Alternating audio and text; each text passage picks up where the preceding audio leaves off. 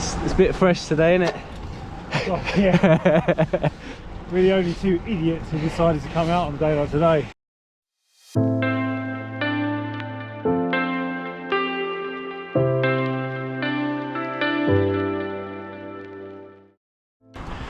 Welcome back.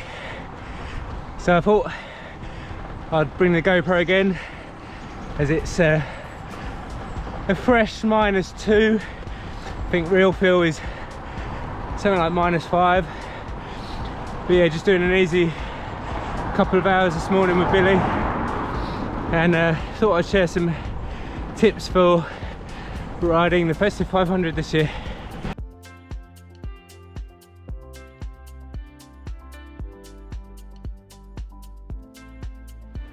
There's two approaches to the Festive 500 in my opinion.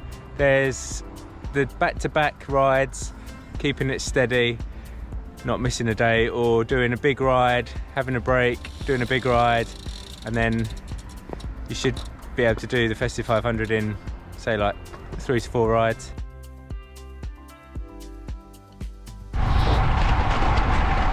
So yeah, if you're doing the Festive 500 this year, the key part is keeping an eye on the weather, especially if you're in the UK or Europe. Always imagine that the real feel when you're riding, especially, is going to be lower than the feel. So if it says -1, I'd probably say it feels like -5, especially when you're going along on your bike in the wind. Yeah, one of the key parts with riding the Festive 500 is being able to pace yourself. So try and build a buffer on Christmas Eve that will allow you to either take Christmas Day off. Secondly, you might need to use that buffer if the weather's bad one day. Try and ride it with a mate or someone else that's doing it. Morning. But it's a great excuse to ride and burn off those extra calories, so make sure you eat plenty on and off the bike, and it's a great way to top up the miles or the kilometers at the end of the year. And try and do it outside if you can, I think. Don't worry about your pace so much, just break it down into steps. Good thing about the challenge on Strava is it will tell you when you've done a quarter and a halfway. Try not to leave it all to the last few days. Think about how you can combine that distance as well. So if you commute, say like 20 miles to work each day, that's your distance almost. So there and back, say 40 miles, that's about what you need to do each day.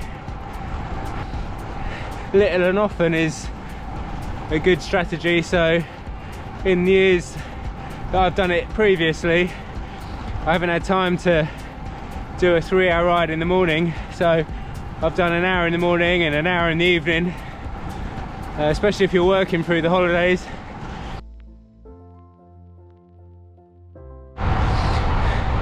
Not only has it been cold today, it's actually been quite icy on the road, so we've had to be really careful of ice and grease and oil on the road. So if you're doing the challenge, just be careful of the conditions, make sure you've got appropriate tyres, carry all the spares that you might need. Just don't underestimate how hard it is of a challenge. Pace yourself, have fun, wear all the appropriate layers, eat and drink well, and yeah, enjoy it. Let me know how you get on.